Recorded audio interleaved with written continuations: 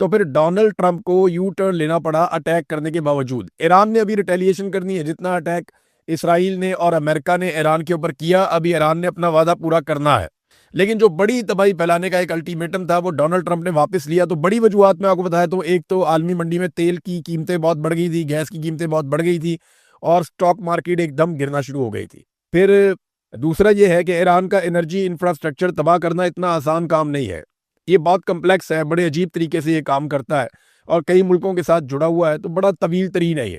تو اس کو مکمل طور پہ تباہ کرنا اتنا آسان نہیں ہے، امریکہ کو بہت ایفرٹ کرنی پڑے گی، یہ بہت لمبا ٹائم لگے گا اس کام میں۔ اور تیسرا یہ ہے کہ ایران نے جن اہداف کو نشانہ بنانے کا اعلان کیا وہ ملبہ بھی امریکہ پر گر جانا تھا اگر وہ یہ کرتے ہیں تو۔ چوتھا یہ ہے کہ ایران کی ساکھ اب ایسی بن چکی ہے کہ جو ایران کہتا ہے وہ کر دیتا ہے، لہذا اس بنا سے یہ ڈر تھا کہ ایران نے جو کہا ہے یہ پیچھے نہیں ہٹے گا۔ اور پانچویں وجہ یہ ہے کہ امریکہ کو اب یہ لگنے لگا ہے کہ عرب ممالک اس لڑائی کے بالکل کنارے پر آ کر کھڑے ہو گئے، کسی وقت بھی عربوں کو اس لڑائی کا حصہ بنایا جا سکتا ہے۔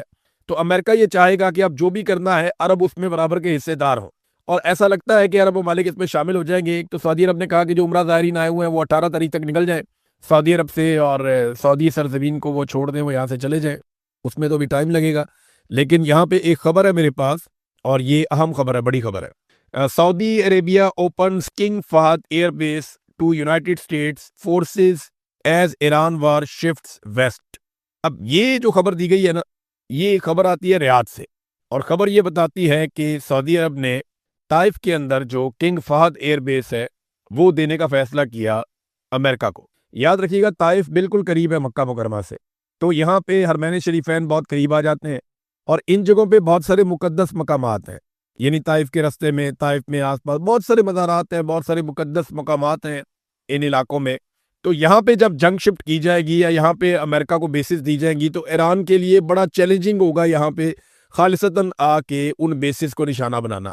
دیکھیں نا، ایرانی میزائل تو ہوا میں آتا ہے، اب اس کو جہاں پہ انٹرسپٹ کرتے ہیں وہاں گرتا ہے، اس کا ملبہ یا اس کا بارود وہاں گرتا ہے، تو کسی بھی ایسی جگہ پہ گرے گا تو مسلمانوں کے جذبات جو ہیں وہ بھڑکائے جا سکتے ہیں سارے معاملے میں۔ سعودی عرب کو بھی گریز کرنا چاہیے تھا، اتنا مقدس مقامات کی طرف نہیں لے کر جانا چاہیے تھا لڑائی کو، یا امریکہ کو وہاں پہ بیسز نہیں دینی چاہیے تھی۔ لیکن اب وہ کیونکہ بیسز وہاں پہ چلی گئی ہیں تو ایران کا حملہ وہاں جائے گا یا نہیں اس کے بارے میں کچھ کہہ نہیں سکتا ابھی آپ کو فی الحال، لیکن سعودی عرب نے ایسا کیا ہے کہ حرمین شریفین کے قریب جو ہے 85 کلومیٹر کا ٹوٹل فاصلہ ہے خانہ کعبہ سے طائف کا، جہاں پہ یہ ایئر بیس ہے، اور وہاں پہ امریکہ کو ایک سہولت دی ہے مبینہ طور پر۔ ایران نے بڑا کلیئرٹی کے ساتھ واضح کیا ہے، اور جو فارس نیوز جڑا ہوا ہے ایرانی فورسز کے ساتھ، اس نے کہا جی کوئی امریکی صدر سے ہمارا رابطہ نہیں ہوا، اور یہ امریکی صدر صرف ڈر کے مارے جھوٹ بول رہے ہیں، اصل بات یہ نہیں ہے۔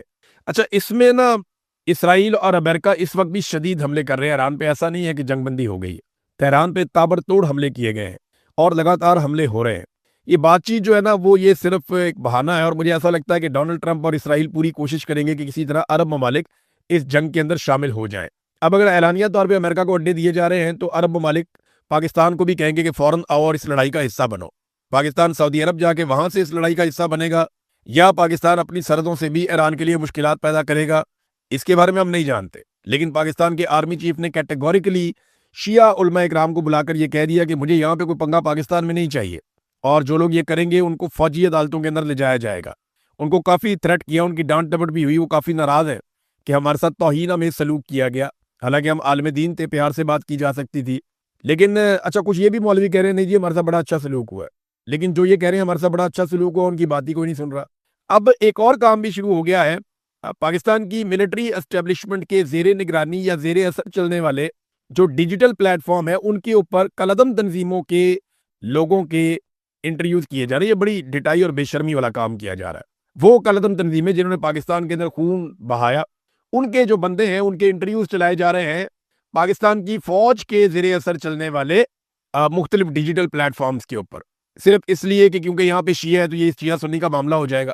دیکھیے، یہ شیعہ سنی کا معاملہ نہیں ہوگا جتنی مرضی کوشش کر لیں، کیونکہ ایران کی لڑائی اسرائیل اور امریکہ کے ساتھ ہوئی تھی، اس نے اسرائیل اور امریکہ کے ساتھ لڑائی لڑنی ہے، اس کی عربوں کے ساتھ لڑائی نہیں ہوئی۔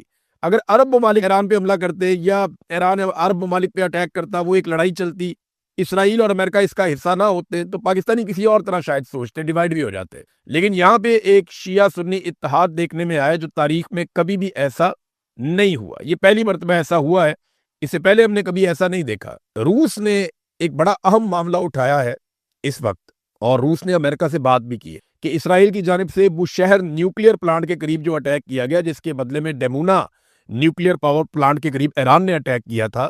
ایران نے لگ بھگ کوئی 8 کلومیٹر دور کیا تھا, اسرائیل نے کافی قریب اٹیک کیا بوشہر میں.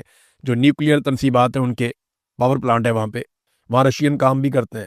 تو رشیا نے خبردار کیا کہ یہ انتہائی درجے کی غیر ذمہ داری ہے اور یہ انتہائی خطرناک بمباری کی گئی ہے, اس سے ریڈیشن ہو سکتی ہے, اور انہوں نے اپنے تحفظات بتائے. یہ الجزیرہ کی ایک خبر ہے, اس کے مطابق رشیا نے امریکہ کو کہا کہ یہ آگ سے کھیلنے والا کام ہے اور یہ اسرائیل کو امریکہ روکے یہ حرکت کرنے سے. امریکہ کا ناظرین ایک اور طیارہ گر کر تباہ ہو گیا. یہ کویت میں ایک امریکی فائٹر جیٹ گر گیا ہے. تو اب تک کی اطلاع کے مطابق جو دستیاب ڈیٹا ہے, امریکہ کے ٹوٹل 17 جیٹ طیارے یا ایئر فورس کے جہاز جو ہیں وہ گر کر تباہ ہو گئے ہیں. خراب ہونے والے 6 اس کے علاوہ ہیں, اور باقی نقصان ان کا الگ سے ہو رہا ہے. تو یہ لڑائی تو ڈونلڈ ٹرمپ کے لیے ایک ڈراؤنا خواب بن گئی ہے. دیکھیں نا, اتنے تو جیٹ طیارے امریکہ کے افغانستان اور عراق کی اور لیبیا کی لڑائیوں میں تباہ نہیں ہوئے. یہ 1 مہینہ پورا نہیں ہوا ایران کے ساتھ, 1 مہینہ نہیں ہوا پورا, اور اتنے سارے طیارے تباہ ہو گئے ہیں.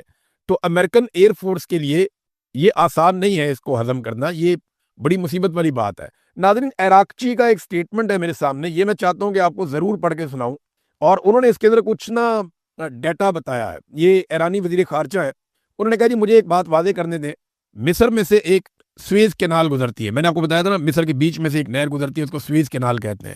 وہ کہتے ہیں وہاں سے گزرنے کے لیے 2 لاکھ سے لے کے 7 لاکھ ڈالر تک فیس وصول کی جاتی ہے, جبکہ بڑے کنٹینرز جب وہاں سے یا آئل ٹینکرز وہاں سے گزرتے ہیں تو یہ رقم $1 ملین سے بھی تجاوز کر سکتی ہے. یعنی مصر پیسہ لیتا ہے جو وہ اپنے رستے میں سے جہاز گزارتا ہے تجارت کے لیے. پاناما نہر سے گزرنے والے جو ہے وہ 1 لاکھ سے 4.5 لاکھ ڈالر تک فیس دیتے ہیں, جبکہ بڑے نیو پاناما میکس جہازوں کے لیے یہ فیس 5 لاکھ ڈالر تک پہنچ سکتی ہے. ترکی جو ہے وہ آبنائے باسفورس کے استعمال پر فیس لیتا ہے. باسفورس کا ترکی کا ایک علاقہ ہے, وہ اس کی فیس لیتا ہے. کینیڈا جو ہے وہ سینٹ لارنس سی وے کے استعمال پر فیس وصول کرتا ہے. امریکہ بھی سینٹ لارنس سی وے پر فیس عائد کرتا ہے. ایران نے کئی دہائیوں تک آبنائے ہرمز کے استعمال پر کوئی فیس وصول نہیں کی, بلکہ اس کو مفت رکھا. اتنی بدنامی, پابندیوں اور عالمی تنہائی کے باوجود, اور پھر بھی آپ یہ چاہتے ہیں کہ میں یہ مان لوں کہ یہاں برا کردار ایران ہے. بڑی گہری بات انہوں نے کی کہ پوری دنیا اپنے سمندری رستوں سے جب کوئی شپس گزرتے ہیں تو ان سے پیسے وصول کرتی ہے, ان سے ٹول ٹیکس لیتی ہے. ٹول ٹیکس آپ کہتے ہیں نا, وہ لیتی ہے, لیکن ایران نہیں لیتا. ایران نے مفت گزرنے دیا سب کو, لیکن پھر بھی ایران کا کردار بہت برا ہے, اور ایران کا اپنا تیل وہاں سے نہیں گزر پا رہا تھا, ایران کے اوپر پابندیاں لگائی گئی تھی. امریکہ میں ڈونلڈ ٹرمپ کے خلاف ایک بڑا احتجاج پلان کیا جا رہا ہے 28 مارچ کو. اس کی تفصیلات میں آپ کو 1-2 ویلاگ آگے جو آنے والے ہیں ان میں بتاؤں گا کہ امریکہ میں ڈونلڈ ٹرمپ کی پالیسیوں کے خلاف کیسے امریکنز اکٹھے ہو گئے ہیں اور کتنے بڑے پیمانے پر وہ احتجاج کرنے کا ارادہ رکھتے ہیں. سری لنکا کے حوالے سے ایران نے ایک بڑا شاندار کام کیا, کیونکہ سری لنکا نے ایک احسان کیا تھا ایران پہ. جب انڈیا میں بحری مشقیں کرنے کے بعد ایرانی فوجی نکلے تو وہاں پہ آگاہ کر دیا گیا امریکنز کو کہ جناب یہ نکل گیا ہماری حدود سے, تو امریکن نے وہ شپ تباہ کر دیا. تو اس موقع پہ سری لنکا نے ان کو ریسکیو کیا تھا, ان کے شہداء کی مدد کی تھی ایرانیوں کے. تو ایرانیوں نے سری لنکا کے لیے یہ سہولت دے دی ہے کہ آبنائے ہرمز میں انہیں مکمل چھوٹ ہے, وہ اپنے جتنے مرضی کنٹینر لے جائیں, جیسے مرضی وہ اسے استعمال کریں. تو یہ انہیں جو ہے نا انعام دیا ہے ایران نے, اور یہ اچھی بات ہے کیونکہ انہوں نے بڑی مدد کی ہے ان لوگوں کی جو بہت مشکل میں تھے. اب ناظرین, آخر میں سہیل افریدی صاحب گئے وہاں پہ کوئٹہ میں, وہاں انہوں نے ایک جلسہ کیا مشین میں, اور سہیل افریدی کا جلسہ تو لمبا چوڑا ہے, بہت ساری